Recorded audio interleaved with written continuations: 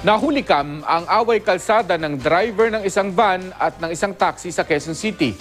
Ang driver ng van binangga ang taxi saka ito kinumander at ibinangga sa isang pader.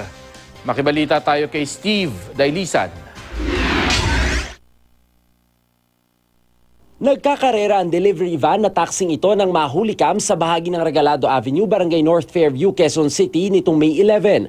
Binangga ng van ang taxi na napahinto. Parehong bumaba ng sasakyan ng driver ng taxi at ng van. Pero ang driver ng van sumakay sa taxi, pinaandar ito at saka binangga sa pader ang taxi. Di pa nakontento, iniatras pa niya ito at ibinalagbag sa kalsada. Sumakay siya muli sa van at makailang ulit na pinagbabangga ang taxi.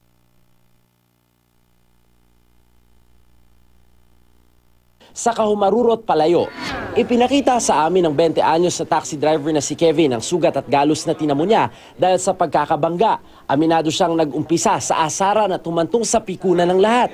Bagay na nangyari bago ang tagpong nakuhanan ng CCTV.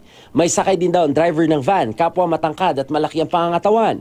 Tinangka raw niyang lumaban. Bigla niya akong ginigit-git, nagtitripan. Pagbaba ko po, inaamban nila ako, inunahan ko na po, inampas ko ng terings sa ulo.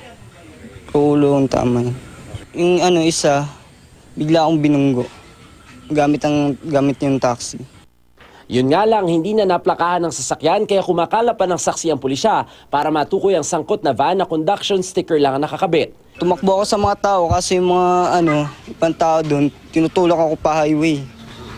Para mabangga. Babuling po sana hanggang may dumating na pulis. Accident prone ang pinangarihan ng insidente. Mabutit walang nadamay. Ang aral dito, kailangan talaga sa lahat ng mga nagdadrive, kailangan hindi may initin ng ulo. Kasi usually, yun naman talaga nag-uuna ng gulo.